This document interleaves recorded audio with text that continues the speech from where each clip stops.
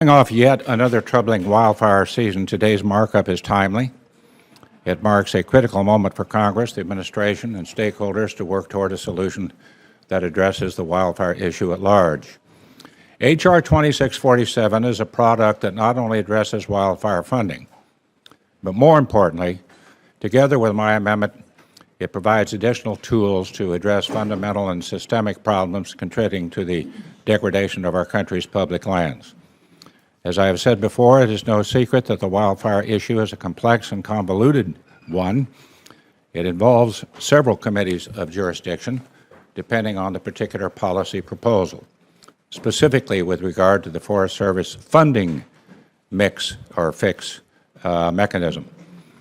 I understand there may be concerns from the emergency first responders community with the proposed funding fix and the substitute amendment, and the impact it might have on federal disaster assistance programs with FEMA's Disaster Relief Fund. Let me state for the record that the language contained in the amendment before us is not intended to signal an endorsement nor a preference for a specific wildfire funding mechanism. The funding fix before us today is substantially identical to what has been referred to our committee and should be viewed as a placeholder language for future discussions with other committees of jurisdiction. So simply put, the funding decision will be determined with the committees of jurisdiction at a later point. This summer, I formally introduced S 3085, the Emergency Wildfire and Forest Management Act of 2016, which was referred to the Senate Agriculture Committee. Today's meeting marks an important step in considering legislation through regular order.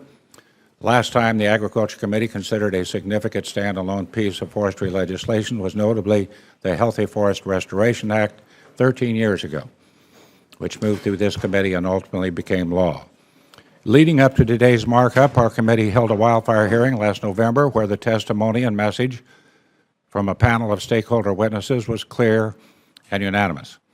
Congress needs to address both wildfire funding, and federal land managers need the ability to actively manage forest landscapes to be more resilient to devastating wildfires.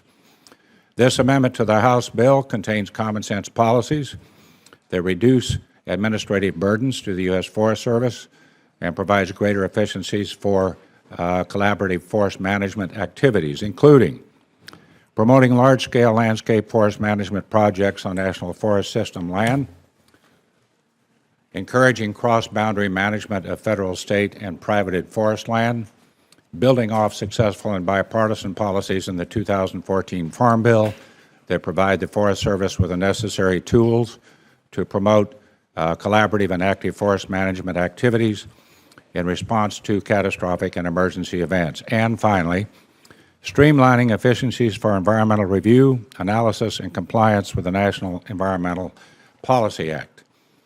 Now, as I mentioned earlier, the issue is complex, but that's no reason for any inaction. I remain committed to work with my colleagues here on the Agriculture Committee, other relevant Senate committees in the House to help get this across the finish line. Our goal has always been to ensure that the Senate Agriculture Committee is a platform for agriculture in rural America. Forestry, much like production agriculture, faces a variety of challenges on several fronts, whether it be overregulation, frivolous litigation, or administrative obstacles stalling federal agency action. So today's committee action is intended to be a strong signal that our committee will serve as a resource and an ally to constructively tackle the broader wildfire debate.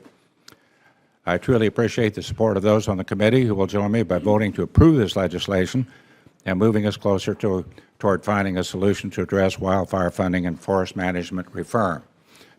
I now turn to my distinguished colleagues, Senator Stabenow, for